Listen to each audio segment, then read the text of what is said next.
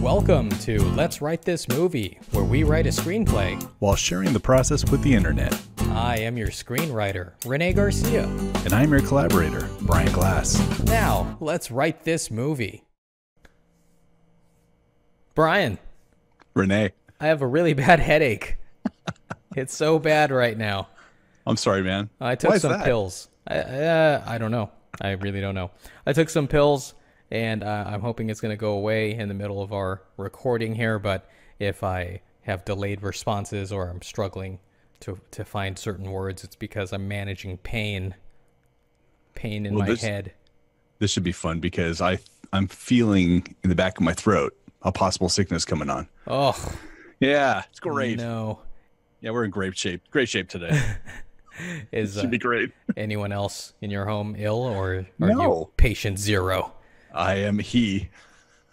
I can't be let out of my house. Yeah, but we'll see. It may just be a false alarm. Sometimes that happens when I sleep and the weather's changing. It's getting colder here now, so yeah, drink some orange juice. Okay, wife. That's what she tells me. Hey, it's the simple remedies. Sometimes they're the best. Yeah. Sometimes they're just a placebo. I believe it only works before. Oh. Not once you feel the scratch. I see. It's like when you fall down. Hey, be careful. Yeah, Thanks. Thanks exactly. a lot. By the way, I did fall down this week as well, which was interesting. That's always fun. Fell down right in the house. You fell down in the house? Oh, yeah. What were you doing, Brian? Playing with the cat. Playing with the cat. Oh, that's the best. So down I went. Now in my mind, I'm just imagining you like balancing on a chair, like on the back of the chair, like in a circus or something, and the cat is like in your palm or something crazy now. Yeah, that's actually what happened. That's what I thought. Interesting that you knew that. We should take those cameras down. I don't think I know your cat's name. Ivy. Man, why is this news to me? Ivy, short for Ivy League. Got to get the boy prepared. Are you kidding with me? I'm not. Wow. Yeah. All right. So we have a headache. We have sickness, possible sickness. We have a fall. How was your week, René? It was good until Wednesday. Was it Wednesday or was it Thursday? I believe it was Thursday. All right. Well, it was good until the end of the week. It was Wednesday. Was it It night? was Wednesday. It was Wednesday, wasn't it? Am I crazy? Was it nighttime? It was Wednesday. Yeah, probably. Yeah. Anyway, so I'm not going to get into it here, but for those of you who don't know me, I really dislike people. Dislike humanity in general. I think it's the lack of consideration people have for each other. And I'm not even talking about like something gigantic, just the common courtesies of valuing other people's property enough not to damage it. And hey, if you do, you take responsibility. I know I'm like really getting close to like the actual thing here. I might as well just say it. I'm not going to say it. How about this? I just add this. You dislike humanity in general and neighbors in specific. Oh yeah. And neighbors specifically. Neighbors. And that's the thing. These are people you live with essentially, right? Yeah. Like this is your tribe. Like you should be looking out for each other. But there's no sense of community anymore. Everyone is it's all just the individual. Man, this is all gonna turn into like some philosophical screed. Unfortunately, I'm not prepared for that tonight. Let's not. Yeah, my head is killing me. Otherwise, I would just go on a freaking Dennis Leary rant. Right. Anyway, exactly. I was feeling pretty good this week because I got a lot of my side work done early, like on Monday. So I had Tuesday, Wednesday, and Thursday to just like pour into the script. And if those of you who follow the Twitter feed or our Twitter feed, you know that I posted something about, hey, this is going to be a productive week for screenwriting. It wasn't because of this thing that happened, and I just got so fixated on it. Yeah, I had to pause there before I said something incriminating. Anyway, that, I only turned in maybe 3/4 of the pages I wanted to turn in. That and another issue kind of came up that is related to this project and the script that hopefully I'll remember to talk about after, once we get into the discussion. Okay, so that was it for me, really. So Brian had a fall, I had a problem, personal problem, and I guess there's nothing else to talk about. Well, I will tell you this. This is sorry to prolong the show's opening, but I did want to say that they say when you're in a car accident that you can kind of sit back and watch what's happening as it's happening. It's kind of going by in slow motion, and time literally feels like it is slowing down to the point where you can really observe it, and every second just lasts so long and you can react and really experience it. And I've been in an accident in the past, and that has definitely happened. But I will say that the other thing that you can do if you want to experience time slowing down like that is take a child to a kids party on a Saturday morning, and you will experience the passage of time where 88 to 90 minutes feels like 3 to 4 months, standing there talking to people you don't know, would never talk to ever in any other situation, and watch your child do things. It's really a lot of fun. And, if you really want to experience life, and get the most out of every minute, every second, I got to tell you, go to a kid's party with your own child. Go to a kid's party. Brian, I've always believed that when you have a child, your life is over. You are now an extension of your life's child, really, at the end of the day, right? I don't know what to tell you. Other than that, I'm just, you're drowning and I'm describing the water, right? That's from As Good as It Gets. Don't want to rip off another writer as a writer myself. Yeah, what else is there to say? I mean, that's it. That's your life now. Yeah, good times. Well, usually my wife does that, but she was away today, so. Okay. But I guess if nothing else, it gave me an entirely new appreciation for her and what she goes through. So, man, this is just triggering different stories in my mind. So let me just tell the first one. When I was a kid, I don't remember which birthday it was. Well, let's just say first, when I was a kid, I really, really loved Chuck E. Cheese's. And this was when Chuck E. Cheese's was still a fine place to go, and it wasn't overrun by, just unsavory people. But yeah, so Chuck E. Cheese's, they used to have a whole area that was kind of like the Discovery Zone that we have today, which is a separate company where kids can play this jungle gym with connected modules and stuff, and they had ball pits and all this. It was just awesome, right? Yeah. Where a kid can be a kid. I mean, I really felt that way.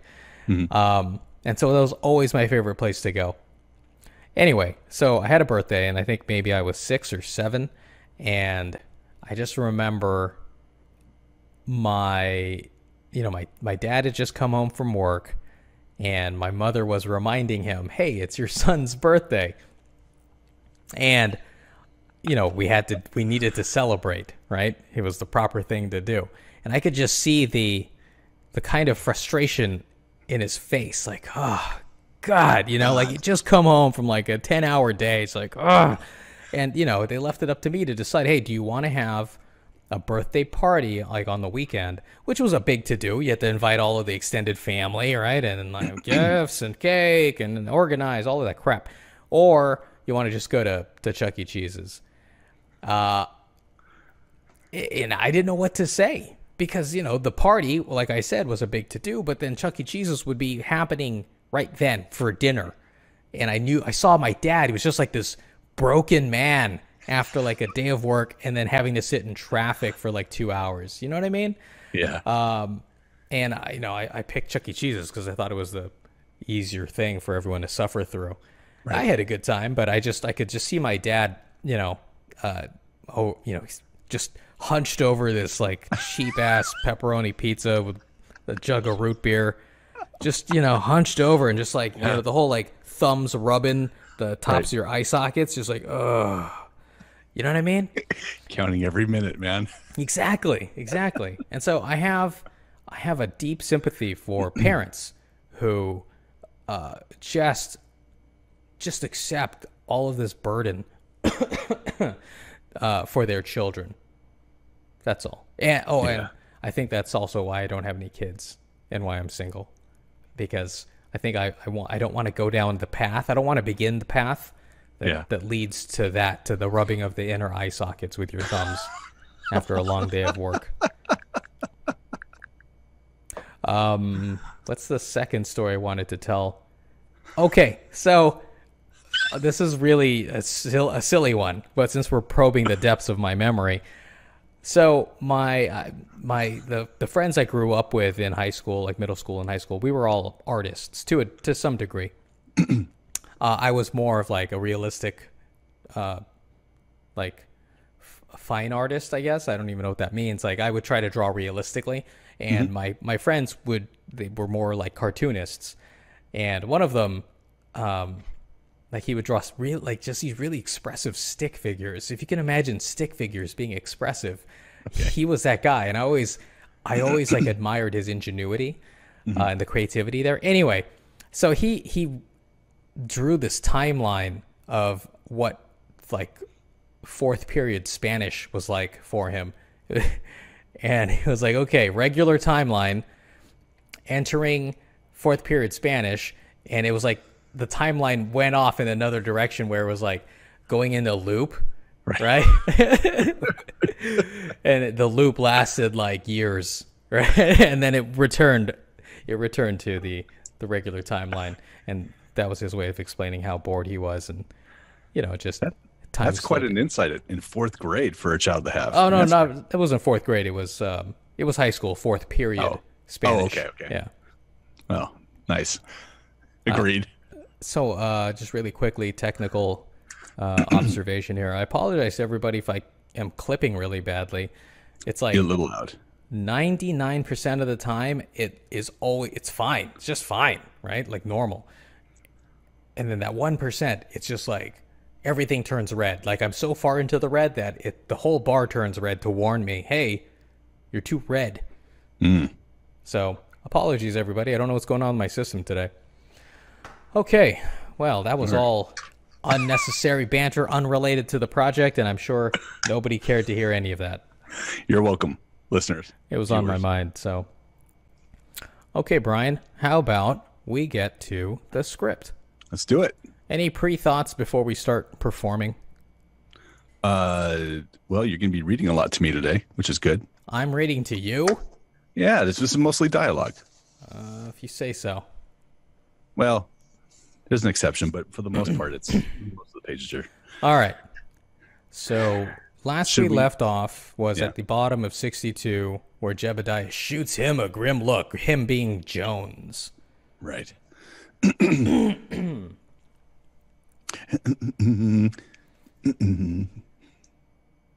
Oh, did you want me to reread that part? Oh, that's fine. I'll start. Well, it does change a little bit. Here I have Jebediah whispering something to Jones. Here we go. Jebediah shoots him a grim look, then whispers something to him before addressing the men who rush to stand at attention. Jebediah, men, we are all seasoned veterans of the great war that tore this nation in two. By now, you could have all retired back to your farms, back to your families. But each of you chose to stay on. You have your reasons, as do I.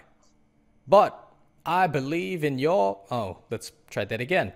But I believe in my heart that beneath your motivations is a desire to protect this land from any threat. The company cheers. Jebediah. Well, men, that threat is here. Motions to the fort. Here within these walls a disease so dangerous it turned good men into monsters. Points to the body pile. Here in this pile of poor soldiers whose minds and bodies were taken by this plague. Points to the wounded men. And there, our brothers in arms, wounded, and no doubt afflicted by the very sickness that threatens us all, and their sacrifice will not be forgotten. The wounded men against the wall suddenly freeze and look at each other. Jebediah nods at Jones. Jones. Firing squad! Ready! A portion of the front line of men aims their rifles at the wounded men. A private who is nursing a bite on his hand breaks rank. Private. Wait! Jones. Aim! Private. Wait! For pity's sake! Captain, please! Jebediah looks at the rest of the men, who either watch in disbelief or look away. Jones. Jebediah. Hold! What's your name, soldier? Private. Dodson, sir. Jebediah. Private Dodson. You are already dead. Execution is a small mercy compared to the monstrous fate awaiting you. Dodson. I feel fine, sir. Jones. You're infected. You'll change. You'll kill us all. Dodson. Then cut off my arm, just like it was gangrene. Other soldiers looked at Jebediah, eyes pleading to consider the ostensibly reasonable idea. Jones. Sir, you saw what these things did. Let's try that again. Not what they did. Sir, you saw what these things are. We can't take that chance. Dodson. Please, I don't want to die. Jones. Give the order, sir. Dodson. Please, please. Oh, God, please. Jebediah looks like he might spare Dodson's life, but then the wounded soldier next to Dodson, bitten on the neck, rushes the firing squad with feral hunger. The firing squad fires instinctively, killing all wounded, including Dodson.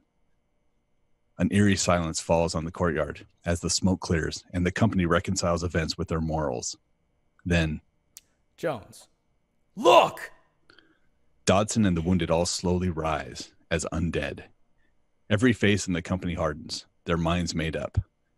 They raise their rifles and put the undead down. Jebediah mounts his horse. Jebediah. Are you men with me? The company cheers with unwavering resolve. Jebediah. Lieutenant Jones, where did you say these soldiers came from? Exterior, Sally's saloon, continuous. Zeke and Sally watch as men herd infected people and undead into an abandoned store. Zeke and Sally watch as men herd infected people and undead into an abandoned storefront a little ways down the street. Other men are busy boarding up their windows. Occasionally, an arm breaks through a window and is pushed back in. Townsfolk scurry along, afraid to be outdoors. Zeke and Sally go inside, locking the door to the saloon. Sally shrieks. Staring at her through the window is Bill. He has a greenish tint to his skin, and green bile spills from his lips. He looks at her through green eyes, but he doesn't appear to see her. Instead, he touches the window with his hand. It thumps. He moves along and touches again. Thump. He continues thumping across the front until he starts moving out of view. Nevertheless, the soft thumps can be heard as he moves around the perimeter.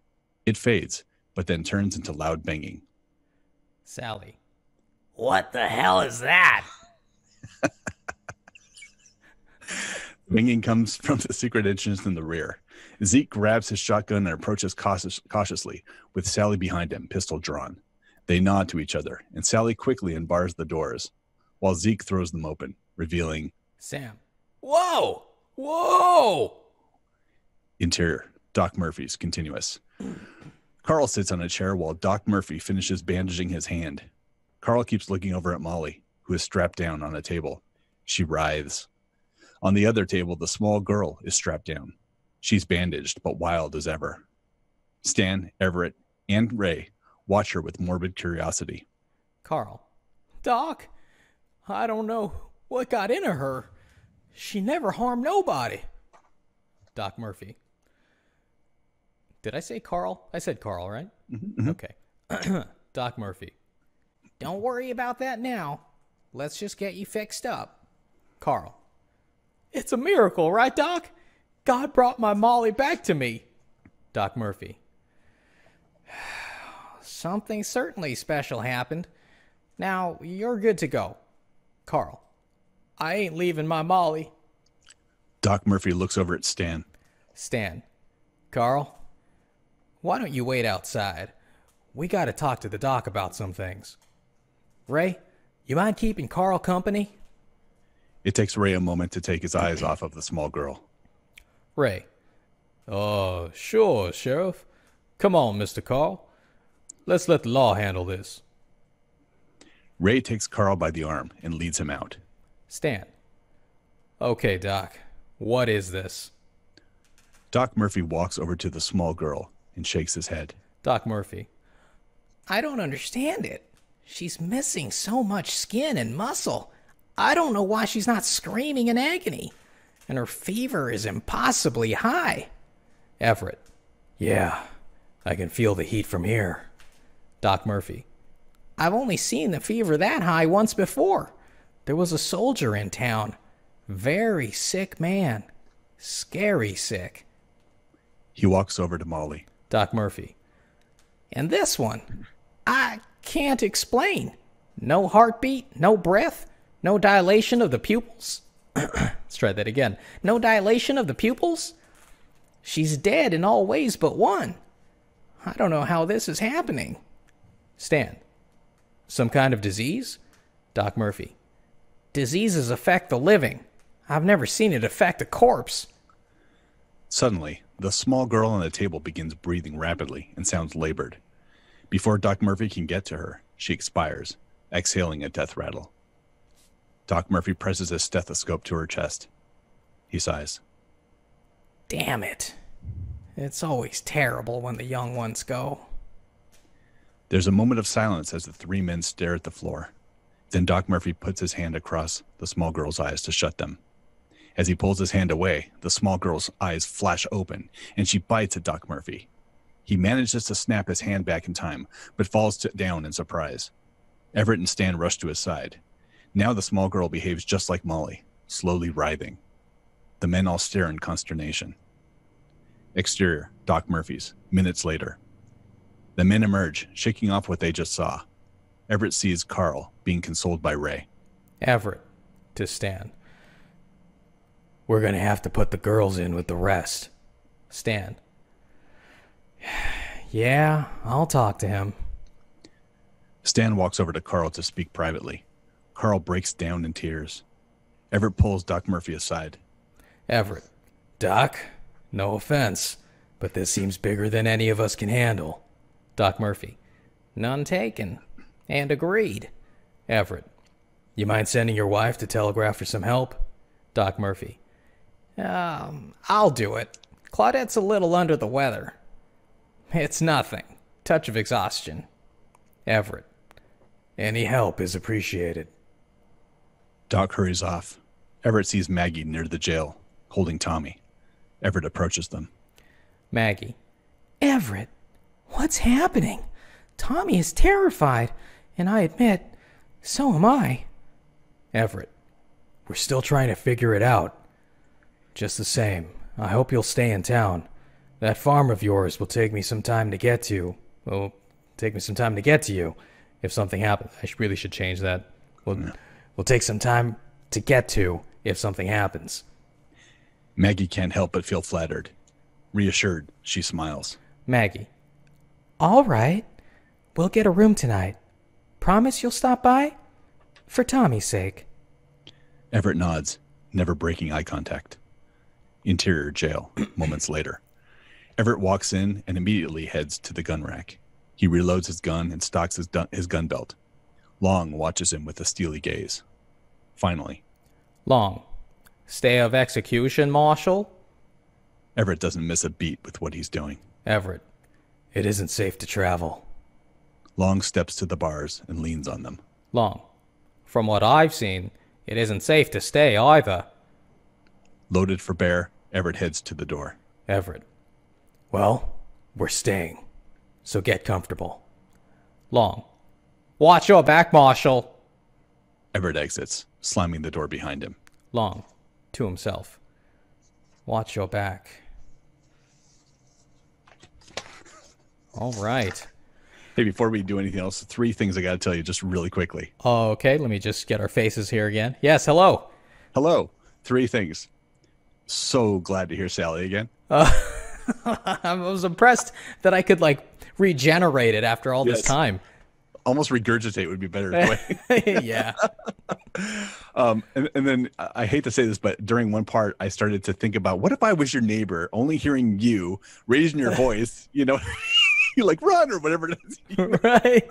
What's happening over there? You know, what's funny is that I often think about that myself as I'm performing. Right. And I say, screw it. What are they going to do? Neighbors. Yeah. And then third thing. Thump, thump. Oh man, it was so hard for me. I know you never watch my face while we're doing that. Oh no, I had to look. Oh, okay. I did this. I kind of looked down just a little bit. Yeah. He's laughing. Yeah, man. I wanted to say it. I wanted to whisper it to you. I was mentally, what do you call it? I was being firm, man. I knew it was coming. I knew you were going to try and put all it right. out.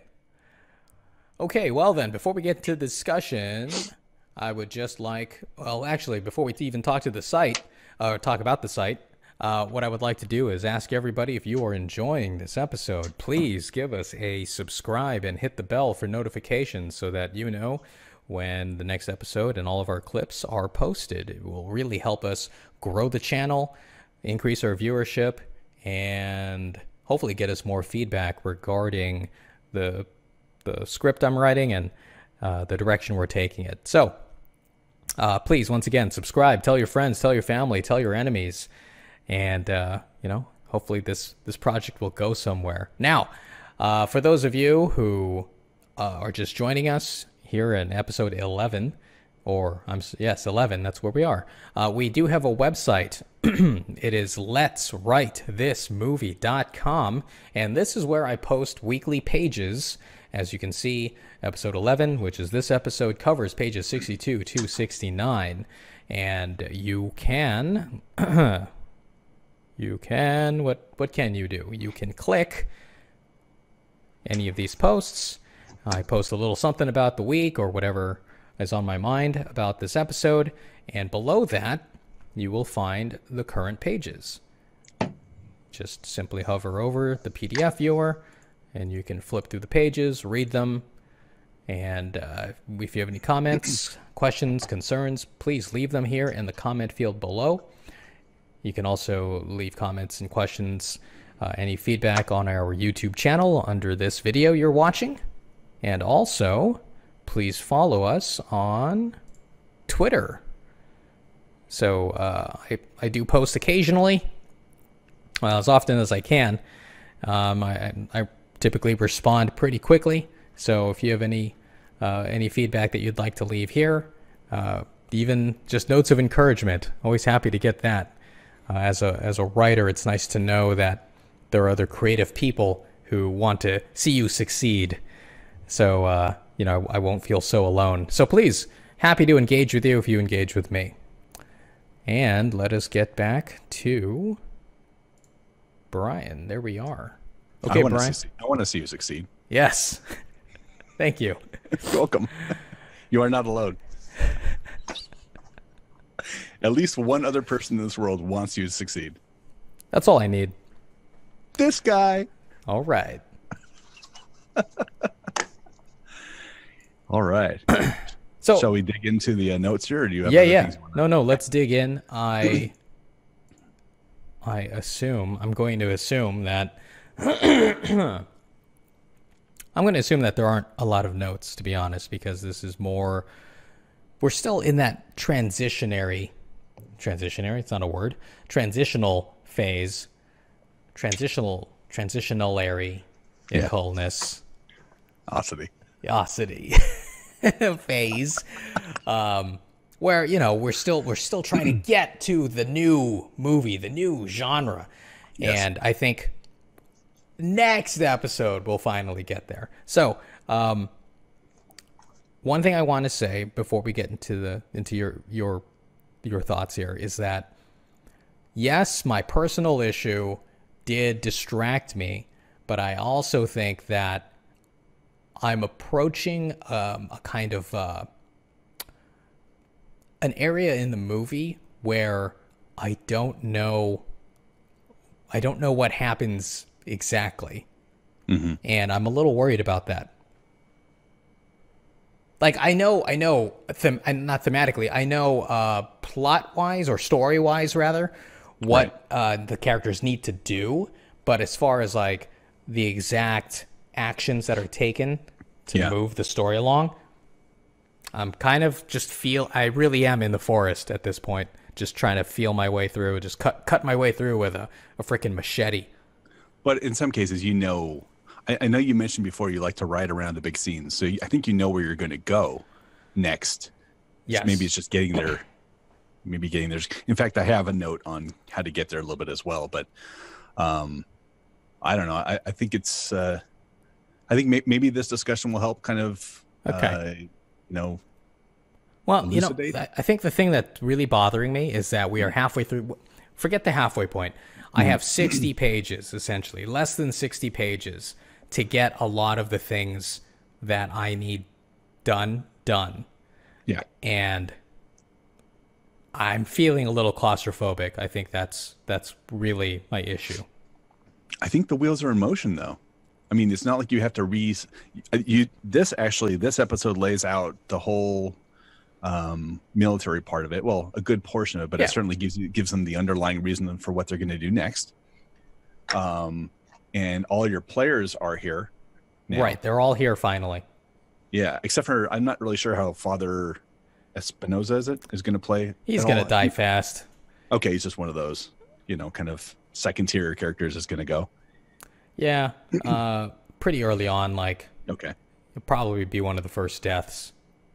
Okay. But I mean, the major characters are all here now. Yeah, I mean, totally. Salem's arrived, so. Yeah. I don't know. It feels like the groundwork's been set, and now they've got to figure stuff out. To me, it seems like this is like half of your characters have figured it out in the first part of this, and then part of half of the other characters know it.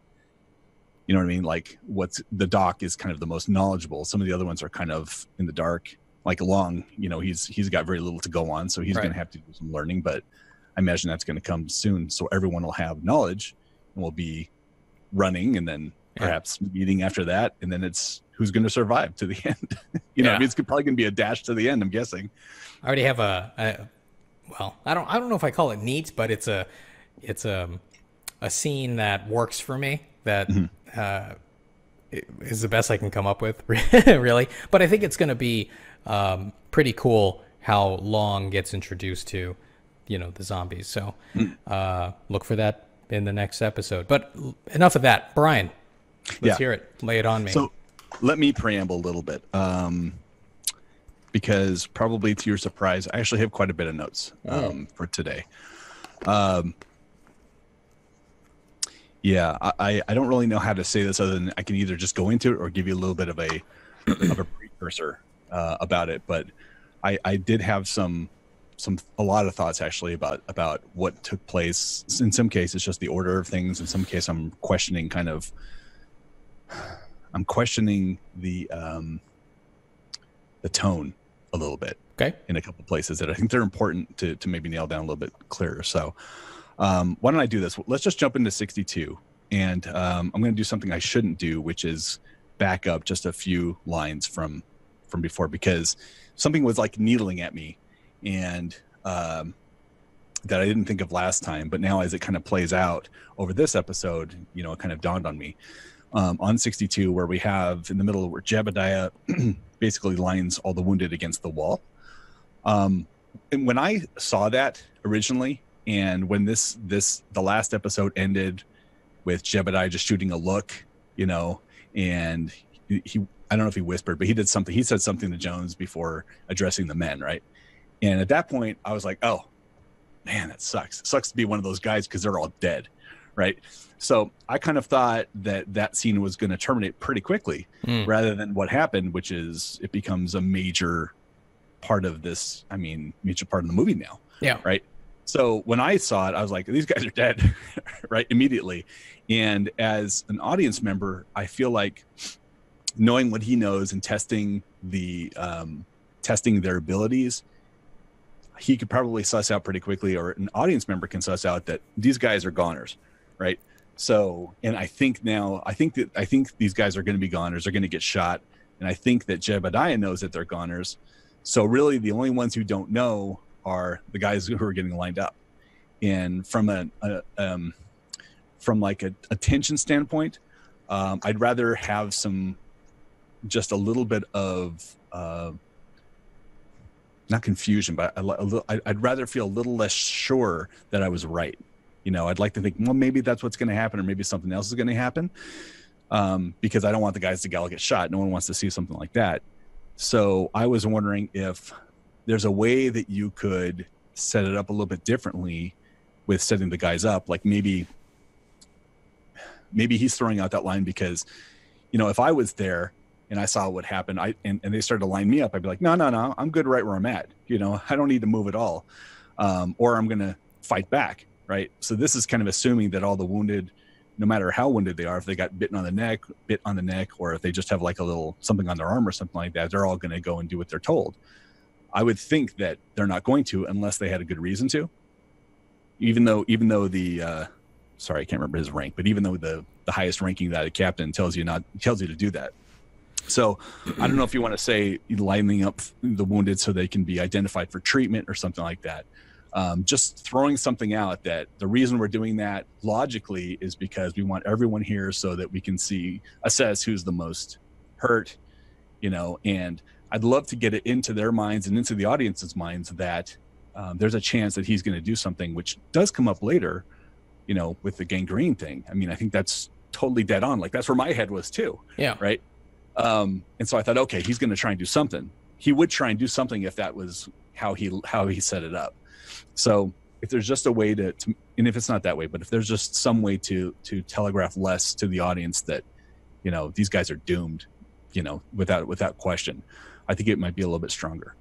Okay. That sounds good. So instead of those are very charged words when you say line them up against the wall, right? Like everyone knows what that means. So how about, you're absolutely right. Let's separate the wounded. Because we've just seen him experiment. He knows that this is some kind of disease because it originated with someone who was sick. Separate the wounded. So maybe he doesn't have to say against the wall, just like separate them. And they just happen, like separate them over there. And he'll point in that direction. Maybe he sees it's a wall. The audience doesn't necessarily have to see the wall. Does that make sense? And you can even indicate that in the action. He points towards the wall, whatever. So it's a little less obvious. Yeah. Absolutely. Okay. I like that. Okay. So I'm probably gonna talk for a while right now. All right. Jebediah's speech. Okay. I love the way you performed it. I thought that was cool because it's definitely not where I was. I felt like when you were reading it, it was much more like a Confederate guy coming out, and he's like an old guy and he's, men, we are all, I like that. It's a little bit more, I read it as he's trying to rouse the troops, appeal to their sense of honor, et cetera, et cetera. I felt like the beginning of the speech sounded a little bit out of place. Like it sounded like you were setting the time period and the stage a little bit more for the audience. Like if I was a soldier there, of course I would know all this stuff. We're all veterans. We all decided to do this. We all have our reasons. To me, it just wasn't necessary to say all those things. So it didn't really appeal to me as someone who's like listening to watching the movie. It seemed a little bit unnecessary, but then when it kind of kept going on, it felt like it was it felt like the tone was again a little bit off, because like it sounded again like he's trying to motivate his team. He's trying to rally them to arms, calling on their sense of duty. I just didn't feel like it was very effective because of what just happened. Like they had just come out of this place where they're killing their comrades. You mentioned brothers in arms, but these are really their brothers that they've probably been serving with, and maybe even for many years or something. These guys are like emotionally fraught. Some of them had to kill their own guys. It's not like they're killing the enemy here. So like, to me, the tension is so high and these guys are so emotional at this point, even if they're professionals, that it felt like, we need to call on brotherhood. We need to call on our sense of duty to honor the brothers. And again, it just didn't feel like this was hitting on those emotional what am I trying to say? Beats, throughout the speech. It felt like a great speech on its own, but not necessarily here. Like, I think these guys would be, standing around stunned, confused, like, what just happened? I've never ever seen anything like this. It's not like they just came from, doing this, a couple of days ago. This is the first time anything like this has happened. They're very confused. They haven't seen this. So when they cheer, I was just like, I think they'd be confused. So I liked what you did alliterately. I liked what you did with your words. Alliterately. Thank you. In terms of like setting up, turn good men into monsters here in this pile of blah, blah, blah. Here, it's like, it's the three, the Royal Threes was really well done. Right. But I felt like the speech should be about protecting lives and doing whatever it takes to ensure the safety of his men in such a way that the guys who are hurt could take that as, yes, exactly. You need to protect everyone. We need to protect. He's talking about his men, protecting his men at this point. He's going to do whatever it takes, and they have some sense of hope at that point. When in reality, he's only talking to the people who are about to survive, because he's still going to do what he's going to do. But the wounded and the audience would feel at that point that there is some hope for them. You know what I mean? So to me, it's like, I think it just needs to be rejiggered a little bit to kind of get those points across. All right. Oh, I'm sorry, Brian. Was there more? No, the other things are more small. These are big. Those are my big notes on that. Yeah. Okay. So I hear what you're saying. Good feedback. I just want to make sure that that the goal of what is being said, we are aligned on that. Mm-hmm. What is being said and why it's being said. So I imagined that the previous battle was not necessarily that these soldiers are killing people that they know, which they are, but they clearly see that these people are, something is wrong with them. Mm-hmm. They are essentially monsters, the way they're going to look. Right. Now, the point of this speech is that Jebediah needs to convince the men that we're going to kill people who look fine. And, I think that goes against every soldier's instinct and everything that they've been trained to do, which is to kill unarmed people. Essentially functionally non-combatants in the, to serve a greater good, which is containing this disease. So this is why he takes this tact of, appealing to their sense of duty. Like, the Civil War was terrible and no one would have blamed them if they wanted to, everyone would have expected them to retire, go back to their families and just live, the lives of an ordinary person that they gave up to join this war, this terrible war. Mm-hmm. So to appeal to that and then launch into how grave the danger is. So let's forget what I wrote. This is just what I was trying to accomplish. So now, not only appeal to their sense of duty, sense of, basically that, but now also to explain, hey, this is a new threat that can only be dealt with by doing this horrible thing that goes against everything you believe in, which is killing these people. And these are people who don't look like monsters, aren't behaving like monsters. But he needs his men to be on his side when they go to ground zero, which is Epitaph. So I'm trying to portray Jebediah as he's a decorated soldier and an intelligent, not a soldier, but officer. He's an intelligent officer. He's already kind of thinking, 5 steps ahead. There you go. I thought this was the way to do it, but I'm happy to explore. Yeah, I guess there's a scene that took place that's not here. It happened behind the scenes, and that is there are actually a couple things that happened. Jebediah told Jones, "Here's what's going to happen." Jones told his men, "Here's what's going to happen." Right? So they're all prepared for it. So they're just waiting for him to get to that point in the speech where he's just like, "Let's do it." Right? So I feel like you can do a little bit of misleading to the audience and to the soldiers and talk about everything you're talking about, that we can't stand for all this, or we can't stand for any of this to get out further because of the danger that is that it poses to the rest of the men. Like, it's almost like you can set it up in such a way that praises the men and their valor and what they have sacrificed, but we're not going to stand for it. And it doesn't really matter what's going to happen at that point, because all the guys are ready with their firearms to take them down. So I agree with the point needing to come across. I just think you could probably lead up to it a little bit differently. And I see what you're saying. Yeah. Okay. You know what? I think that would actually be a nice little turn for the scene, where it sounds like, he's just rallying the troops, and at the end of it, Mr. Jones, you may fire when ready. That kind of thing, right? Yeah. Okay. Yeah, and then it only applies to the guys who are lucky enough to not have gotten injured. Right. Like, oh crap. Okay. Yeah. Okay. Let me tweak that. Let's revisit it next episode and see if it has improved.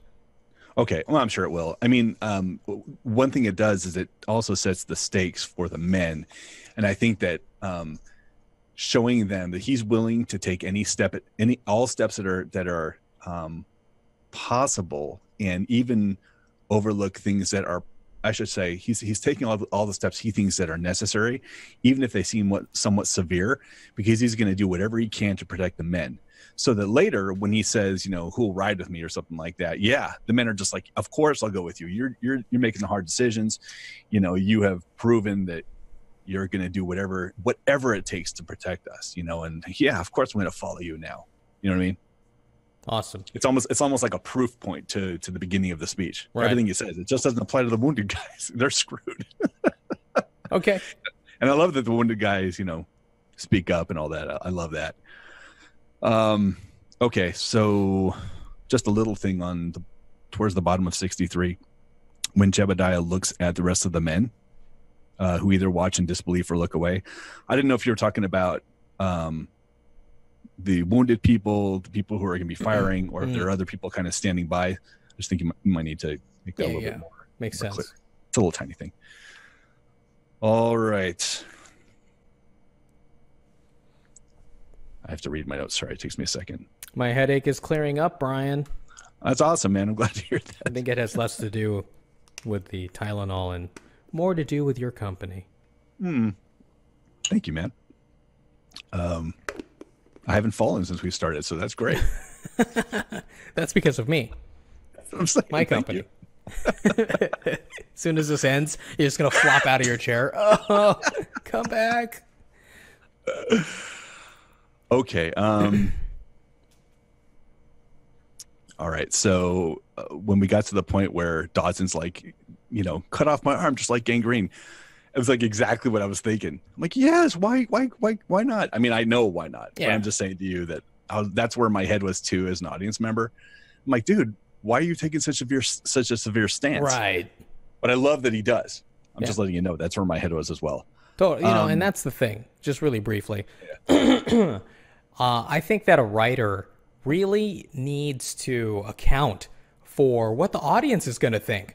Right. Like if the audience has this question and it's not unreasonable and you don't answer it, it's just like, oh, sloppy. Well, they had to write it that way or else there's no story. And then it's just, you don't enjoy the movie anymore. Right. So I think that's one of the reasons why it takes me a long time to write movies, is because I'm always trying to cover every single base. I love that. I mean, because I was dead on. That's where I was. But I also understand. So Yeah. Well, thank God I have this Jones character who can kind of like bring the counterpoint. Right, right. Okay, so the next thing is the interaction between Jones and Jebediah. Yeah. This is, I don't know if you meant to or not, but I felt like to some extent you were undercutting Jebediah, because Jones is the one who's pushing them to get shot, and basically the way things play out just because of circumstance, you know, with the guy running, Jebediah never gives the order. And I was bugged by that because I wanted Jebediah to give that damn order. I didn't want Jones being the one basically pushing him, because Jebediah is the one who's going to rally them to do the next thing. And I mean, unless Jones is going to take a higher role or something like that. So I didn't know if, you know, Jebediah is more focused on the big picture. He's a little more stalwart. But maybe even Jones can speak up, you know, for Dobson at one point. You know, I just want Jeb to be the guy to say, no, this is my call. This is what we're going to do, you know, and then all hell breaks loose or whatever. But I just don't like that he doesn't get the chance to do that, because I figure he's going to be the guy telling him what to do over at Epitaph. Okay. Okay. Okay. Yeah, that's fine. I can add a couple more lines here after Dodson gets hysterical and, you know, please, please, oh God, please. You know, Jebediah can just be the counterpoint to that, you know, instead of matching the Hysterical, the level of tone, I guess. You know, he'll just be subdued and just say no. I dig that. Yeah, I'd be just like, oh man, that's badass. You know, then to me, you're kind of saying you've got this guy who's just like a badass. You've got Everett and you've got Long now. You know, these too are many badasses. No, just three big players, you know, who have really well-defined roles, and they're not backing down from from where they're going. You know what I mean? I like that. Even, I mean, I know that you said that that for a minute he kind of, what was it he said? He thinks about it. He thinks about it, but so did Everett. Right. You know, earlier. So I'm like, that's okay. I mean, I think it's human nature to have some indecision, but at the end of the day, who makes the call? I think that's I like that to be I like that to be Jebediah, just because he's the guy, you know, doing all the rallying to the troops. So seemed like the appropriate character. Yeah, no, that's great feedback. I like that. I can work that in, no problem. But I also like having a movie called Too Many Badasses. Season 2 of our project.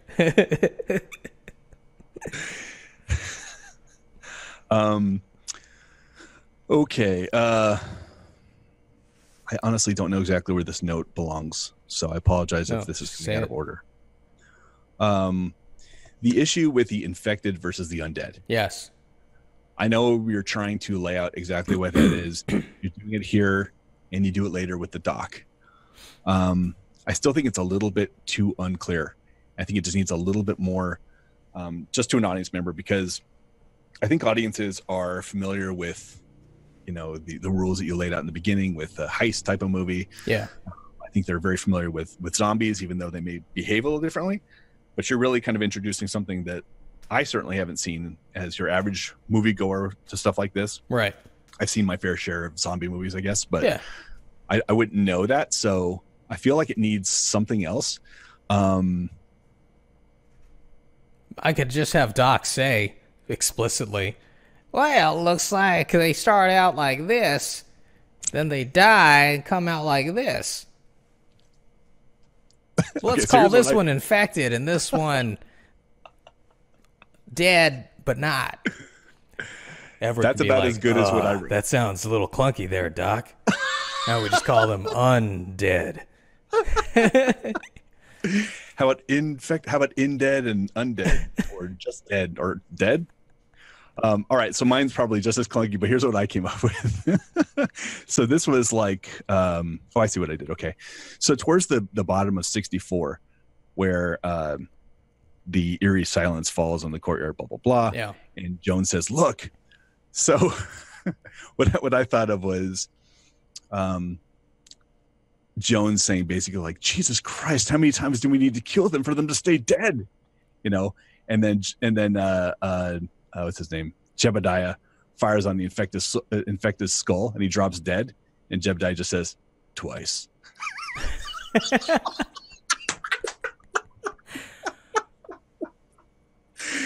Do with that what you may. That might work. That might work. It's just, I don't know. The only thing I don't like about it is that it sounds too concise for Jebediah, who's more like he's really Twice. Loquacious, right? The educated guy, likes to talk. At least twice.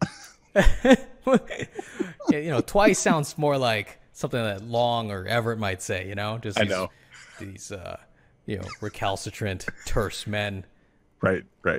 Well, if you want to put something like that in maybe on the other scene, but I like the idea of like literally here, audience, this is what's going on. You got to shoot the infected once too. Then you got to kill the undead in the head. Okay, I'm getting the rules now, but I've read this several times, so I just love to look at him thinking. Well, this is the point of the movie where we're educating the audience, right? Yep. And I don't mind making sure it sticks. So the soldiers are learning it, the townspeople are learning it. Yeah. Maybe we learn it again before the big climax, as they have to fight their way to the saloon. That's fine. I think I can work something in.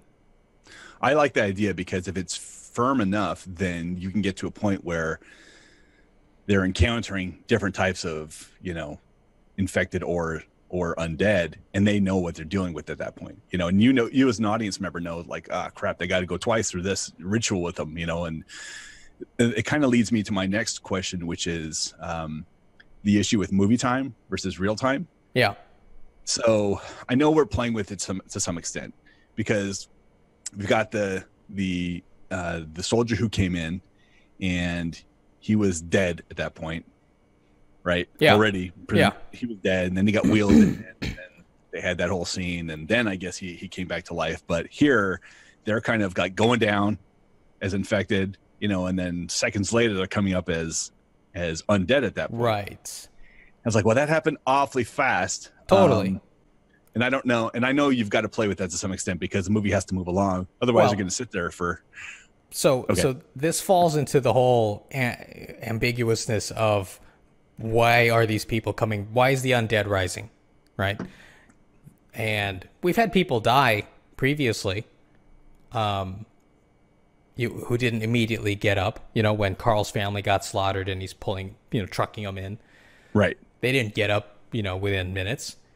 So there is something happened that was the cutoff time. So the last thing to happen was the Indian curse. Mm-hmm. Was it the curse? Maybe the whole meteor flew over the fort as well, and the dust settled on everybody. I don't know. I don't know if I need to show a scene where the soldiers are, doing night maneuvers and they see, the sky light up with green dust. Maybe they get covered too. Right. I guess my concern is that that, and you telling me I know that, but I don't want people to interpret it as an oversight, because there is a lack of continuity in terms of what's happening here. Okay, so how about we have maybe there can be a little more explanatory dialogue here between Jebediah and Jones, and maybe Jebediah can say, did the other soldiers get up that quick or something, and Jones can say, no, sir, they're getting up faster now. I don't get it. I don't understand what's happening. Yeah, I don't know what's happening. Yeah, I think that's fine. All right. I guess more than anything else, I just wanted to kind of bring it to your attention that something I was starting to think of as an audience member. Smart. All right, and then when at the bottom of 64, when you said they raised their rifles and put the undead down, that just means they're shooting them in the head, right? Yeah. That's what I just want to make sure I was reading it correctly. Yeah, so the very, very bottom of 64, where Jebediah asks, "Are you men with me?" I think that can be burned. If we talked about what we talked about earlier. So I don't think my note really makes as much sense because we've talked about that. So let's go into 65. You threw a line in here and I was like, what is happening? Did I miss something? Okay. Which was Zeke and Sally watch as men herd infected people and undead into an abandoned storefront. And I didn't understand what was happening there. Do you know what I mean? I thought, like, are they... First off, you know, we've got infected people who are acting very aggressively. We've got undead people. And the way I read this was that people have now developed a coordinated effort to get them corralled into a certain area. Yes. But I don't remember seeing anything like that. No. And it feels like there's a lot that happened while we were gone. Yeah, totally. So I was hoping it wouldn't be jarring for audiences to return from the fort back to Epitaph, where they now have the situation kind of under control. Now, perhaps I can be a little more descriptive here. Maybe I can have, Stan and Everett like coordinating with people. Like, all right, you men over there, push these people this direction. Or maybe there are, there's a guy with like a lasso and he's like lassoing zombies and pulling them. You know what I mean? Like, I guess I could have like written a few more paragraphs to describe what the townspeople are doing to kind of like, it's just a small grouping of undead and infected people. Mm-hmm. Just getting them into this room. Okay. Does that not work for you? I just, again, trying to bring the realism to the situation. Yeah. I think most people would be like scared out of their minds to even go near them. Well, so based on what they've seen. So some of the, I'm trying to put my mind my mind in the minds of these, people who have never experienced the idea of zombies before, right? And one of the recurring themes in zombie movies is how the survivors have problems separating the physical appearance of a zombie with the thing that it is, which is a zombie, right? So if it looks like your wife, your kid, your best friend, whatever, there's always like this like sense of, I'm not just killing a zombie, I'm killing this person I know, right? Mm-hmm. And so, that's the dilemma with people who know what zombies are. But if you are in the Old West, you've never heard of zombies, you just see that this person is up and walking around. Maybe they're not fully functional, they're not talking, and they seem a little bitey. Maybe you'll think, hey, this guy's just, he's just a little sick, right? We just need to, maybe there's a cure. Maybe there's something we can do to fix them. Yeah. I think that, this is during a time when people really had, really strong beliefs in their faith. And there are resurrection stories, throughout in a lot of faiths. But in Christianity, that's a very big component. I can see them thinking that this is a miracle, which is what I tried to capture a little bit with Carl. I don't know if it came through, but yeah, basically what I'm getting at is I don't see it as being necessarily unbelievable that these people would try to first save the people who are acting oddly before just like killing them all. Mm-hmm. No good? I like what you're saying. Well, first off, I love the transition between the fort and here. It was very natural the way you said that. Yeah. The way that's set up. It seems like this probably, I guess my recommendation based on what you just said, because that sounds very reasonable, is that maybe that gets turned into a small scene before we get to Zeke and Sally. Okay. Maybe it's one of those ancillary characters who's going to get, turn very quickly or pretty soon. Maybe the father, maybe it's yes. Yeah, because what you said with the religious thing, maybe I don't know, maybe he's trying to get the townsfolk motivated, or his religious congregation or something, whatever it is. Maybe he's resolved to get them moved into a church or somewhere where I don't know where they're all going. Where, Brian? Church? What? Did I say something wrong? No, I thought it was a little bit of Irish coming out. A church or somewhere. A church. Okay. Yeah. No, I think that can be good.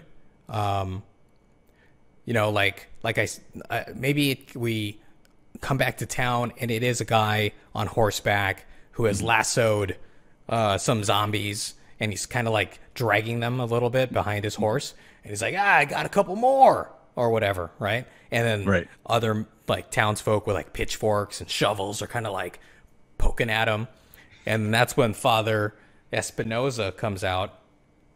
You know what I mean? And he can say, these are your brothers and sisters. Which would be a good corollary to what just happened. Yeah. Because you got the brothers from the military and the brothers from, Look at that. It writes itself. And then you can have some brothers. Oh, wait. That's the next. And then Ray comes out.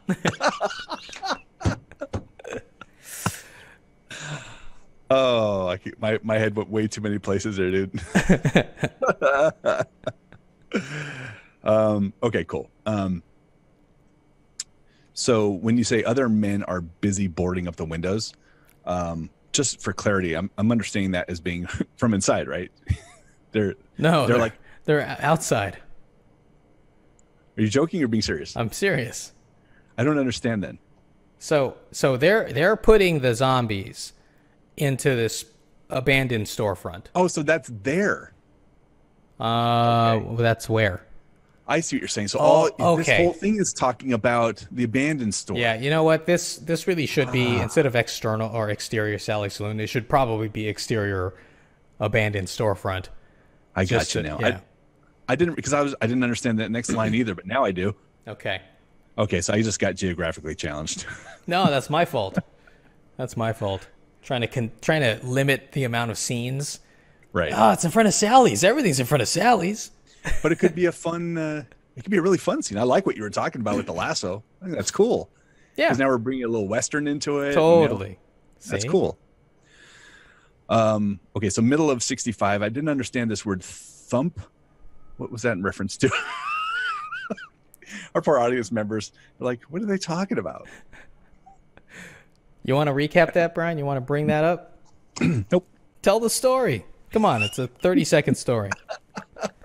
You're the storyteller, man. I'm the reaction. I'm the audience. Well, no, since it's a recurring joke, let's just bring it up. Let's just tell it, right? We're letting them in? Yeah, why not?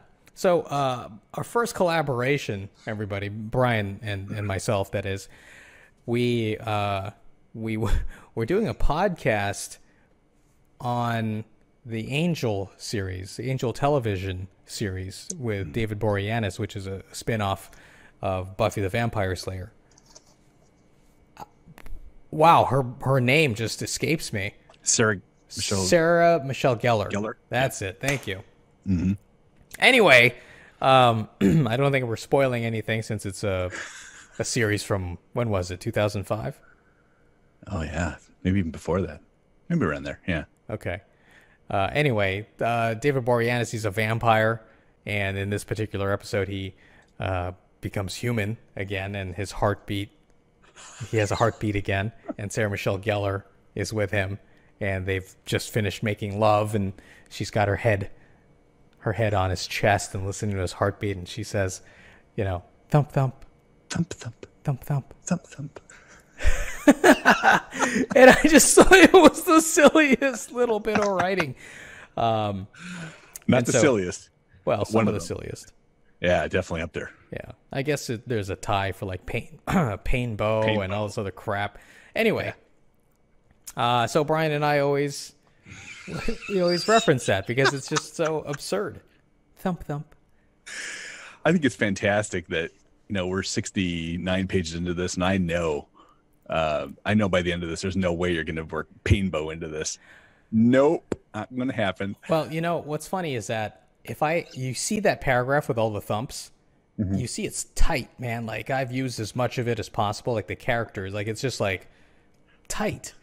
If I had more space, I would have put in an extra thump. I know. But I couldn't do it, so. I almost read it like that anyway, just because I knew where your head was. I'm like, I know what's going on. I get it. All right. Let's move on to. Let's see where we're at here. Just a little thing here. When Zeke hears the banging, I guess since I thought all this was happening right there outside of Sally's. I was like, why wouldn't he have the shotgun already? You know, these people are all banging on his windows and stuff like that. But I guess now that you've told me that this is happening at a different location, that note doesn't necessarily apply. Other than, do you feel that there's that Zeke and Sally would be boarding up their windows to keep people out? So,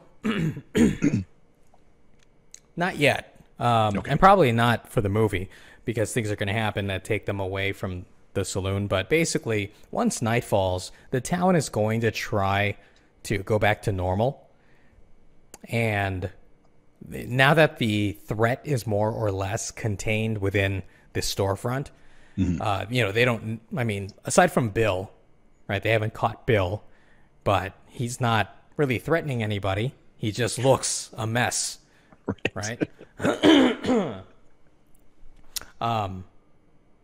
Yeah. So, you know, most of the town is not going to be prepared for the outbreak, the massive outbreak. Right. Well, hopefully they're all able to spend at least one day in normal. I'm not going to tell that story, Brian. Too many stories tonight. But yeah, you know, Sally and Zeke trying to start their business or run their business that evening. Will give us the opportunity to show how the tainted alcohol has affected some of their clients. Like they're going to be exhibiting Bill-esque symptoms where they're like spitting into the spittoon and it's like smoking. Melting away. Yeah, exactly. Yeah. Okay. Let's talk about Sam for a second. Okay. Because I was happy to see Sam come back. Yeah. I thought that was cool, you know, and to me, this is like, as an audience member, he's, with everything that's been going on, all the action, new characters, anxiety, it's cool to see him come back. It was a surprise because I'd kind of forgotten about him, right? And I think that you might want to reconsider when he comes back exactly. It may be like, maybe not here, maybe in the next scene, because with him coming back, it's like, it's a great surprise and it's a great way to maybe get out of whatever's about to happen next, that he's there. Yeah. Because to me, I was like, okay, so we as I was reading this the first time, we got to Sam and I thought, okay, Sam is going to be the audience surrogate. He's now going to get told what's going on because he doesn't know what's happening, right? But instead, you took it into Doc Murphy's and he kind of did that and started talking about what's going on. And I was like, okay, that's just as effective. So now maybe Sam can do something. Like, I hate the idea of wasting his appearance without any like cool thing he can do or a cool payoff. You know what I mean? And I don't know what that is. I don't have an answer for it other than I like Sam. It's a character. He's interesting. He's now, since he's been gone for 50 pages or whatever, I know he's just a secondary player, so I'm not worried about him stealing focus, so he can come in and do something cool. But I want to stay with him because he's back. It's like, he's back, bye. Now we're going to leave the scene and, you know, it's just a tease. So, you know, Sam has to be explained what's going on. And I didn't want to recap everything that the audience has just seen. So I figured Sam will show he's there. Yeah. The audience will know that Zeke and Sally are going to explain to him, you know, especially what happened with Bao, right? So, you know, we have the kind of the scientific explanation of the zombie issue. Right. We have a brief exchange between Everett and Long, but after that, Sam, I was thinking we would cut back to Sam having his reaction to the the news of recent events. Mhm. Or maybe not that. Maybe when Long is by himself, he just hears Sam's voice from the window. And Sam's like, looks like I got to save you again, Long, or whatever, right? Right, You know what I right. mean? Yeah. And then that's how they can hatch the plan to escape. I kind of like the idea of the audience being a little ahead of him, though, Being ahead of who? of Sam. Okay. Like, if Sam is put in the situation and confused as hell, but everyone else is kind of on a page, and he's just behind him trying to catch up and basically he's thinking on his toes, Okay. and trying to just trying to figure it out as quickly as humanly possible. There might be some interesting things that happen as a result of that. I agree with you. I don't want to see him being told what happened either. Yeah. But I kind of like the idea that he doesn't know what's going on, and we know he doesn't know what's going on. So maybe he makes a stupid mistake, like maybe he goes up to Bill, or maybe he does something, and has this like he's just completely caught off guard where everyone else has gone through some of this trauma already. Again, I don't have an answer. I just feel like he's an opportunity to do something really interesting.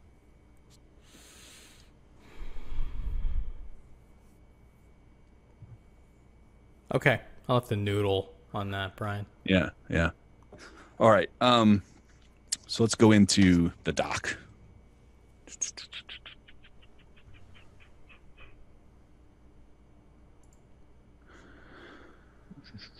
All right. So this is another one of those missing scenes, again, where I was doing I guess they call it headcanon, where I was trying to figure out what happened since I last saw these particular characters. And I figured out that, okay, so small girl is, ravenous, Right. and but she's infected, and they've somehow strapped her down. They've gotten close enough to her, even though they know that if they get bit that they're going to be infected. So they've somehow strapped her down. And They don't know that, Brian. They don't know that yet. Okay. Yeah, they don't. I mean, I don't think they know what the problem is here. They just know that Miss Stapleton had a problem. They thought Bud had rabies. Mm-hmm. But this is the girl that Miss Stapleton was eating. Right. Right. I think they just see this as like an oddity. How can this person who has suffered so much physical damage, essentially like still be functional? Right. But she's trying to chew on them too, right? Yeah, she's also kind of attacking them, sure. Yeah. But, Ray has had her pinned down this whole time, so I don't think it's too much of a stretch to think that they have her subdued. I didn't think it was as much either, but I'm Okay. just telling you that's where my head was. I'm like, okay, I guess this happened. All right. And they've subdued Molly as well. Who has bitten Carl on the hand. Right. Yes. Right. So in terms of Carl, and speaking as a father, I would be like, I'd be going out of my mind at this point. Yeah. Like trying to talk to my daughter. And, he seems, as I was reading through this, he seems very, very calm. And to the point where I was distracted. I'm like, I don't understand what this guy's reaction makes no sense to me at all. So at one point I was thought, afraid of that. yeah, at one point I thought maybe he's slow, which is fine.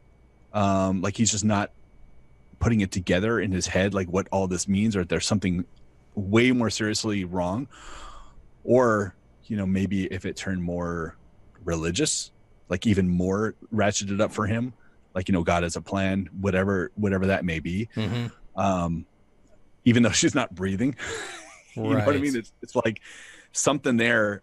It was not adding up to me. And I was just like, I was tripping over this entire conversation, to be honest with you. Like, I don't know did it mention here that her eyes are open, but she's not breathing? Not until after he leaves. Okay. Like a dad would know. A dad would be on top of her, shaking her, doing something like, what's happening with my daughter? Or he'd be praying over her, whatever extreme, but he would like not be deterred, and if a doctor said, now you're good to go, I'd be like, why are you even talking to me like that? There's no way in hell I'm ever leaving the side of my daughter. You know what I mean? So Yeah. I don't know, man. I had some trouble with this part.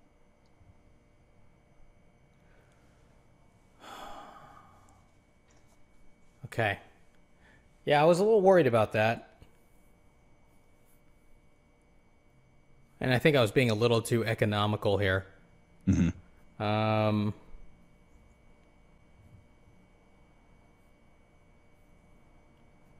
so maybe I can split this scene where Carl is arguing to be let back into the clinic, Hmm. and maybe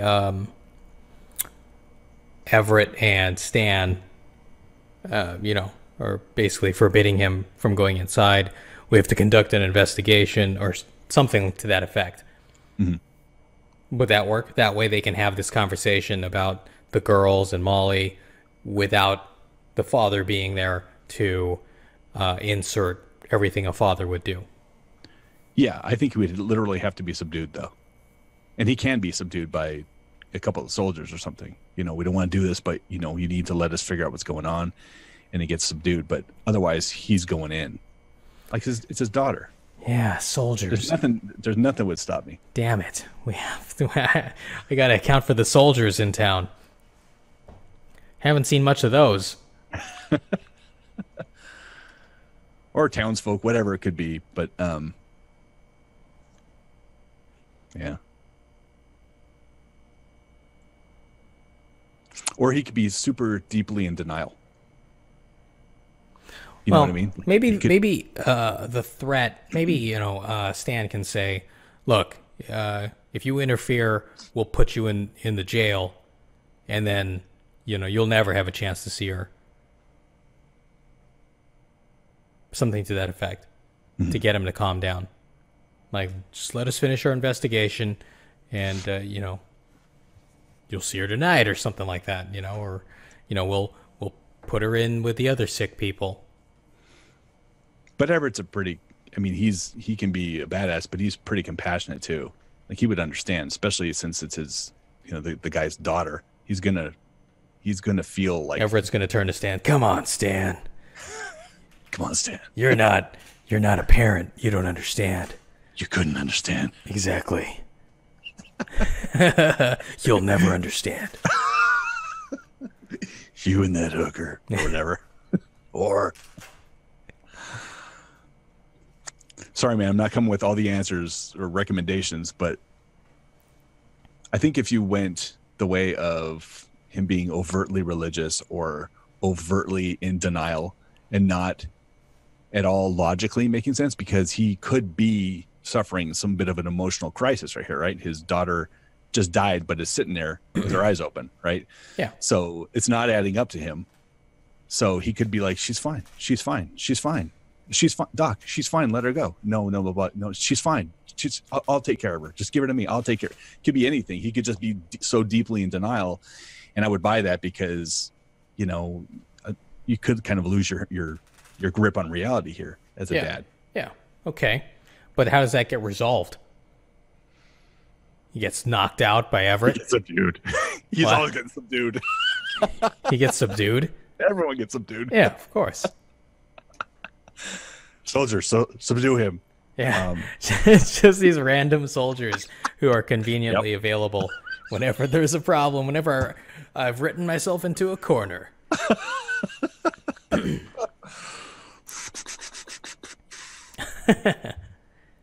I'll just send Ray after him, man. Ray subdues everyone.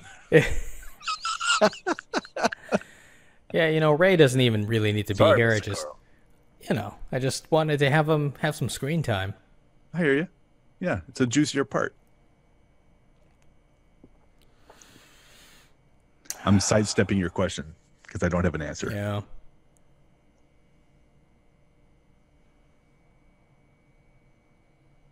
Yeah, but when it said like Ray takes Carl by the arm and leads him out, I'm like, apparently he is leaving his Molly. Like one line ago he said, I ain't leaving my Molly. Yeah. I guess you are, buddy. Well, he could be knocked out. We could do that. We could do that.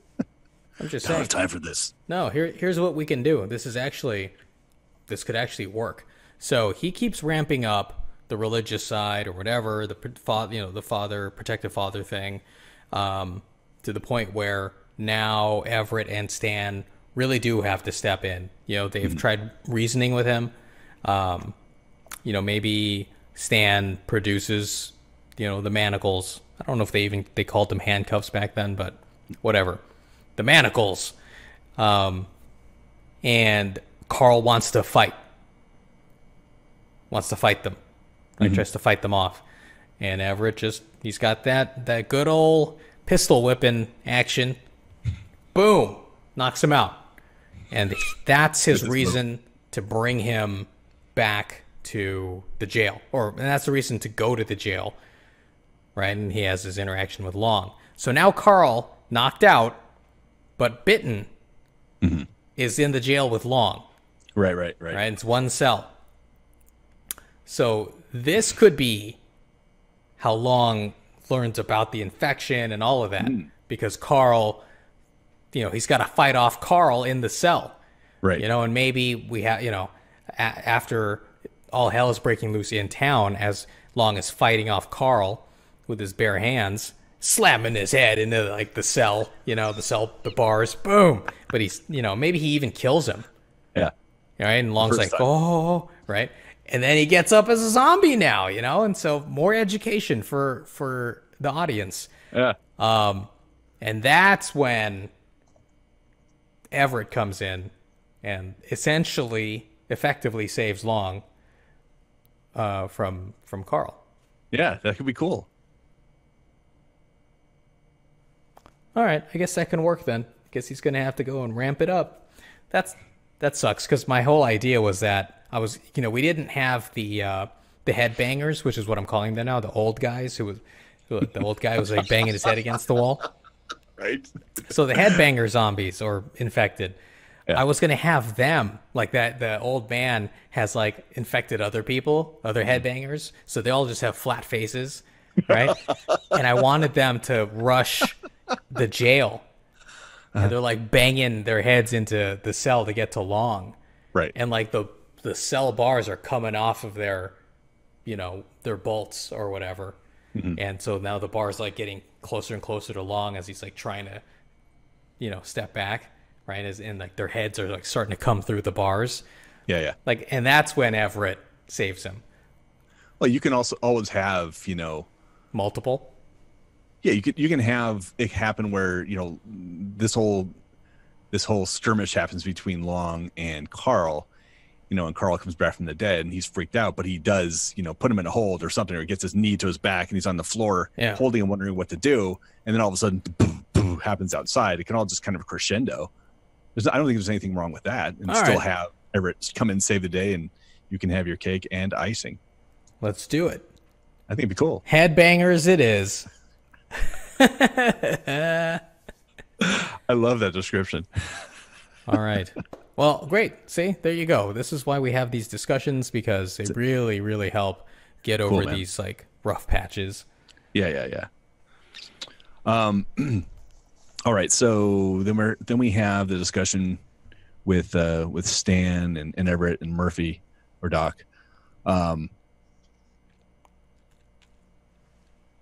Yeah, it's a small thing, but my note actually doesn't make sense. Sorry about that. Oh, it's fine. Crossing it out. Just read it. No, I won't, because that one actually doesn't make sense. But the other part of the note is, yeah, that doesn't make any sense. What did you say? I was just pretending what your note said. Why doesn't he eat a hot dog? Chocolate flavored starfish. I don't understand any of this. But that does make sense, Brian. That does make sense. So when Stan, gets he's basically has Doc and Everett there. Yeah, so he's got them. It's just the three of them now, right? Yeah. So he's like, okay, Doc, what is this? All right, I think I'm doing more Everett, but yeah, that's fine. I felt like it was a bit of an understatement. Like, what is this? Is like, I think that as a person, not as a lawman, but as a person, he'd still be pretty freaked out by everything. What the hell is going on? Is that it? Pretty close, yeah, to what I wrote. Okay. It's just, I think it just needs a little bit amped up. It's a small thing. Doc Murphy, I'm trying to set the movie timeline for myself. At the bottom of 66, when he says, "I've only seen a fever that high once before." Yeah. There was a soldier in town. Was that yesterday for him? Yes. I think I would add yesterday. Okay. Just because, is he talking about something way in the past? Just to kind of, I know it's going to give you another line. Okay. Thank you, bro. Thank you for being sensitive to that. All right. So you know what's going to be? You know what I'm going to have to do here? Give me more than that. No, it's just going to be, let's see. I saw this. I've seen the same fever yesterday. That's what he's going to have to say. I saw the same fever yesterday. You. The lines, bro. The lines. I know it. I'm already claustrophobic. It's like we're at 67. That gives me like 53. Well, no, I'm at 69, aren't I? Yeah. Dude, I'm 70. So I have 50 pages left for all of that crap. 51. Take advantage of the one. The end. Exactly. Right. So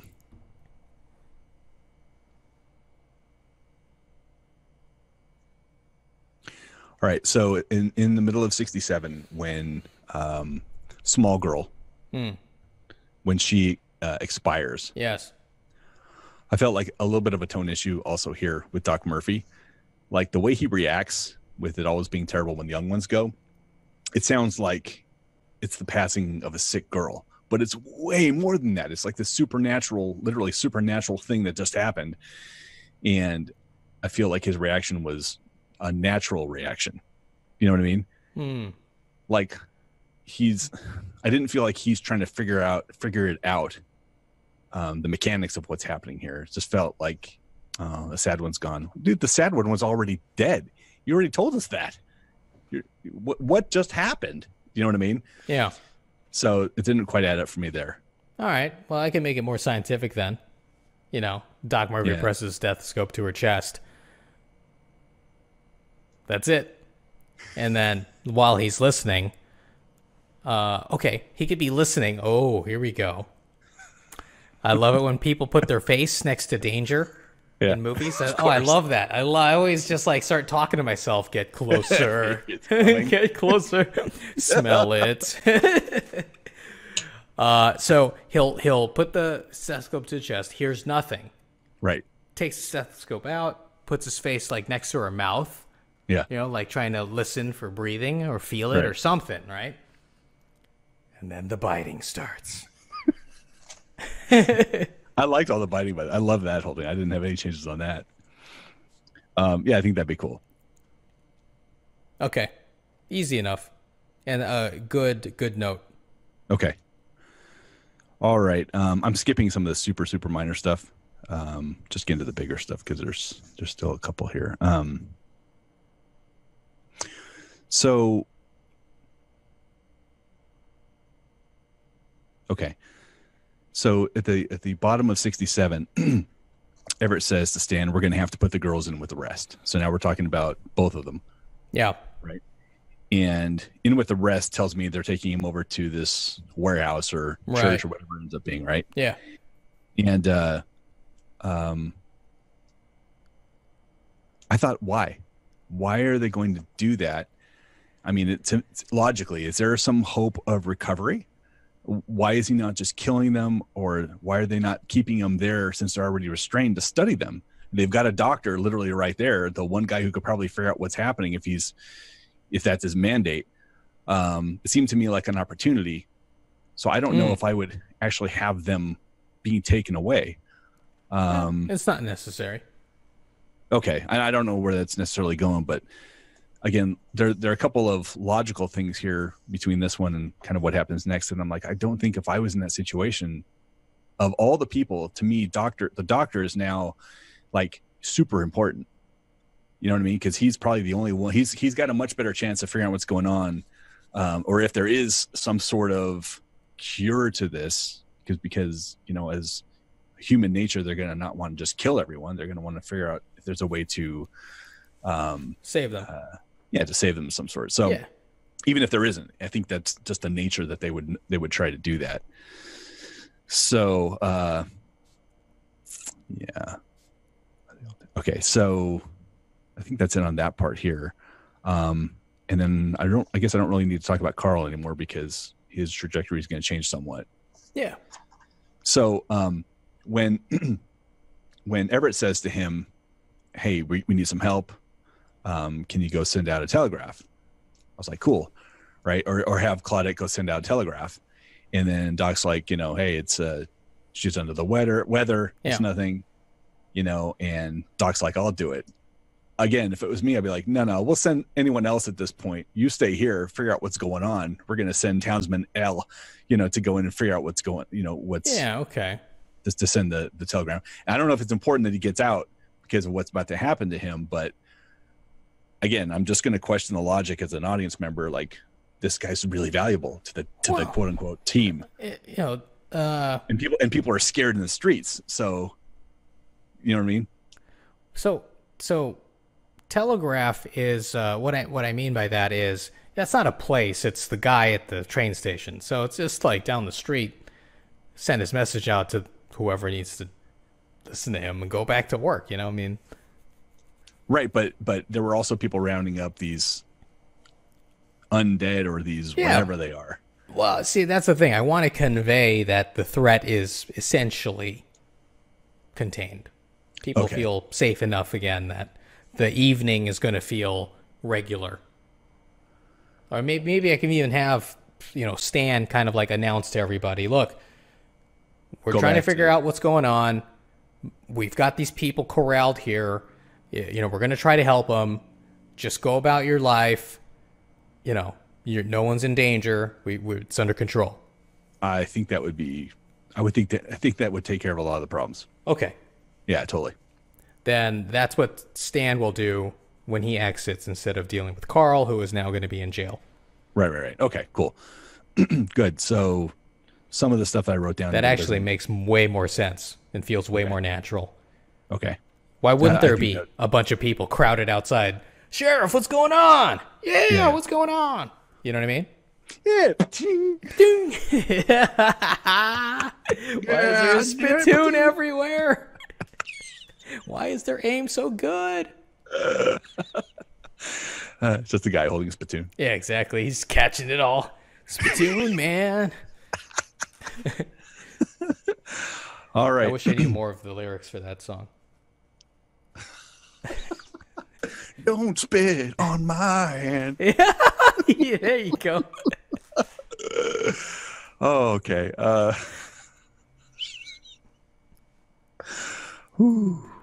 right. Maggie and Everett. All right. This will happen. This will actually take care of some of the issues I have with the Maggie and Everett scene too. Tell me.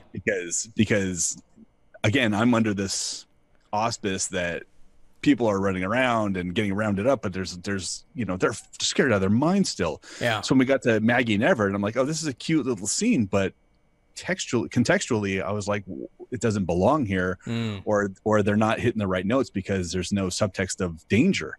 Got it. So I think if there is no subtext of danger, it makes a lot more sense. Okay. Yeah. Okay. I see. So you're okay with this exchange? It just needs to have more explanation around it to provide the motivation for the speech. No, I think if you set what's going on in the town with Stan, if he announces everything's cool, everyone go back, then I think this feels more natural at this point. Right now, I was like, what? Isn't she freaked out? She's got her son. She's she's scared. Right. I did say, and I don't know what the logistics of this are, but I like the idea of, him not saying to her or her not saying, all right, we'll get a room tonight. Promise he'll stop by. I like the idea of, why don't you stay in my room tonight? Like him offering him his personal room because it's a little more safer and it feels much more of a personal thing to do to Maggie. That goes beyond, what he would do with any other townsfolk. Yeah, that works. I didn't actually have him get a room in my mind, which is why he spends the night in the jail with Long. Okay. But, yeah, no, that makes sense. We can just assume he had one reserved. he didn't stay there that night because Right. of Long, but he would normally stay there. Right, right. Yeah. I think it'd be cool. It's just a nice touch that Yeah. do something personal to me. Okay. All right, so we're down to the last note, which is on the very last line of 69. You don't understand. And I got to put this in a way that I'm not going to offend you at all. Oh, that's fine. So in the context of something you think you told me a long time ago, which is like you've got a friend, I think, or you knew someone who did this, where they would, if they're watching a movie and they would say the title of the movie, that he would do something like laugh or, make a note that, that just happened, right? Because it's one of those things that bugs me when I watch a movie, that they say the title of the movie as well. I mean, not necessarily Epitaph because it's a city. Right, yeah. But, if is it, you sure this is as good as it gets? Speaking of that great movie. Yeah. So this to me, when someone always repeats something under their breath after they're already gone, I always felt like very soap opera-ish. It always hits me like I'm always hearing that in on a soap opera from years ago. Yeah. And I've tried this like in real life. Just to see how weird it sounds. Yeah. It's so weird, and I know it's a trope, and I know people do it, but it is just something that always just like as soon as I hear it, it bugs the hell out of me. So it's really personal. It probably honestly won't affect most of your audience, just the audience of one on the other end of this call. Sure. So let's kind of deconstruct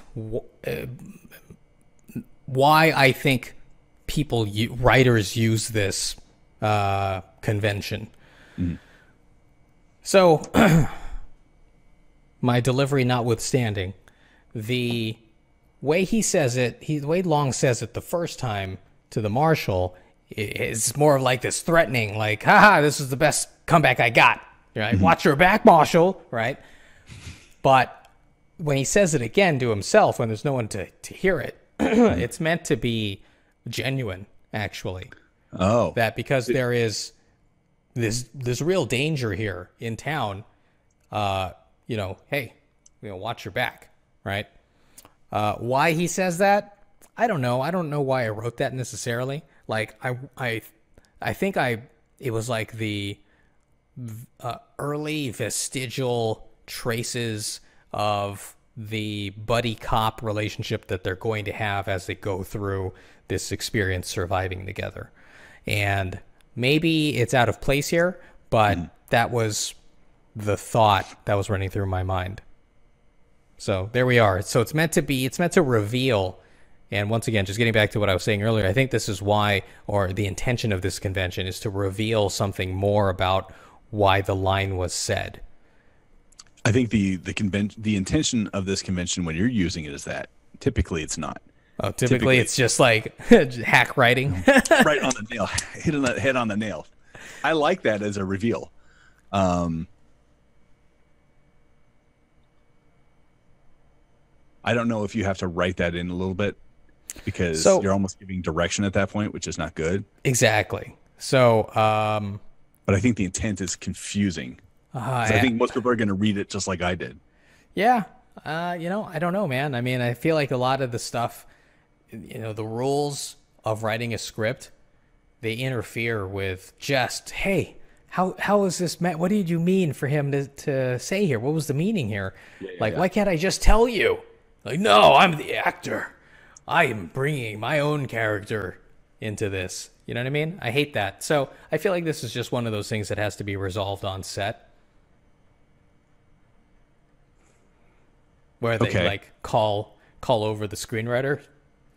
Script boy, come forward. I'm not as concerned about what's happening on set or with the actor. I'm more concerned with the guy who's going to read it. I see. All right. Well, would you consider? I like the idea of him saying something after he leaves to kind of reveal part of his character. Would you consider having him say something different that's not the Sure, yeah. Watch your back, Marshal, because I love you. Right, that's what I meant.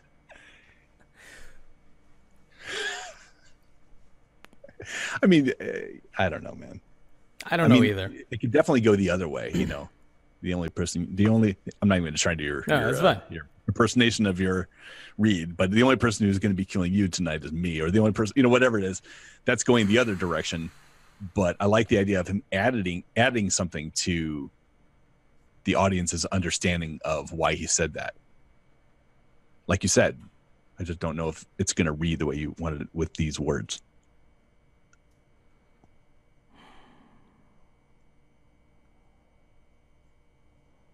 So maybe he says something, and it starts off like on first hearing, one would expect, and knowing the relationship, one would expect it's something that's meant to be malicious.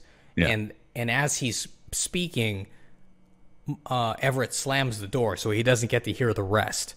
But what Long was saying, but when we the audience hears Long finish what he's saying, it's actually something of like genuine concern. Now the question is, but before we try to figure out what that dialogue is, the question is, why is Long concerned? So my thought was that if Long is sensing that something big is going to happen in the town and it's going to be dangerous, that means it's also going to be dangerous for him. And he is completely helpless if he's trapped in this cell. And the only person, as he sees it, who can get him out of the cell is Everett. Does that make sense? Is that rational? Is that logical? Yeah, I guess other people could get him out, but wouldn't. He's the only one who could and may get him out. Right. I mean, even if it means he's gonna take him to a place to be executed, at the very least, he's gonna be outside of this cell where he has a better chance of survival. Right. Yeah. Okay. So I think motivationally makes sense. Okay. It may be a stretch a little bit because the audience just doesn't know that yet. Right. I feel like it's a stretch because as far as Long knows, Everett is the guy who's going to send him to his death. Right. So why would the prisoner want the person who is going to be responsible for his execution to be safe? It doesn't work without explanation. And I think when you have to explain something in a movie, try to think of something else. Well, this is the scene where Carl is going to be delivered too, right? Now. Yes. So it's going to fundamentally change. Anyhow, even though Carl's knocked out, there's probably be some sort of dynamic that's going to change a little bit, I'm guessing. Okay. Maybe this whole line doesn't even matter anymore. Like, maybe it can just end with Everett saying something snarky. I hope you like your new roommate. Or something like that. Don't do that. No? No. Okay. Then I guess not. You may not like him now. Wait till he wakes up. Yeah. Then he leaves. Everett's actually figuring out what's going on. I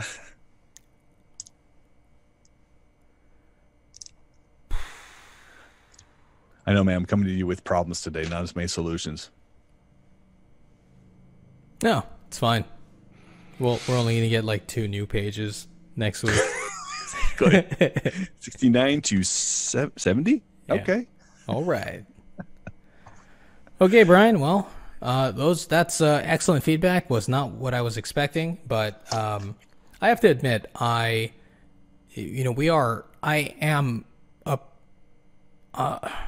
don't know. I'm approaching a kind of a dead zone here where I really don't know if what I'm writing is good. Yeah, I think that was the feeling I had going into this. Mainly, and I think a lot of it revolved around, Jebediah. Like I didn't really know that character. Like I've had this idea for years, but I never really thought of what this character would be like. And to have him have to give a speech and all of that, I was like, ooh, I don't know if I have a grasp on this guy yet. That's okay. I think this was I think it's okay if you spend like the next, week reworking this, because I think it's important that we lay the foundation, because I think this is a foundational element for the audience and for some of the key players, to kind of set the next part of the movie into motion still. So I think it's really important to nail this part down. And I have a feeling that since we kind of talked about Jebediah as an example and work through the motivation behind that speech and what it means and where his men are, et cetera, and what it can be used for, I think that the next version of the speech is going to reveal a little bit more about what he's all about. And any other scenes that come forward with him in the future should be a lot easier. So I wouldn't worry about the dead zone that you feel like you're in. The other thing we could do is we could spend an episode just kind of talking about the major beats to come. If we don't want to talk about writing, we can do that. Actually help, because I'm already thinking about the amount of survivors. I don't know how I'm going to work all of this in with Stan, with Everett, with Maggie, with Ray, with Tommy, and then have the whole like shift where now there are more bad guys on the team than good guys. Yeah. And also, I only have 50 pages left. Right. You know what I mean? Yeah, to me, this show that we're doing here is not about producing and critiquing and writing. It's about writing a movie, which in some cases is talking about writing a movie and, kind of planning that stuff out, especially since you don't like doing the traditional outlines. Right. I think that, you've got excellent foundations for the characters. I think everything's in motion. So to me, the fact that you've written, essentially kind of 2/3 of it, you've got it kind of figured out and you know where you want to go and some of those big scenes. I really think it's going to tie together pretty easily. And we can, if you want to, even on the next episode, just kind of sit here and spitball and all right, talk about trajectory. I love that idea. Here's what we'll do. I will rework these pages so that we have some old pages to discuss at least. Mm-hmm. And then probably do a treatment second half 2.0, something like that, where we can talk about how we're going to get the characters to get to the certain iconic scenes. Right. Yeah. Okay. Yeah, that's good. It's our show, man. We make the rules. Exactly. Totally. If anyone disagrees, feel free to write a comment. Otherwise, shut the... This is what we've come to. Just arguing like, you don't like what our political views or whatever.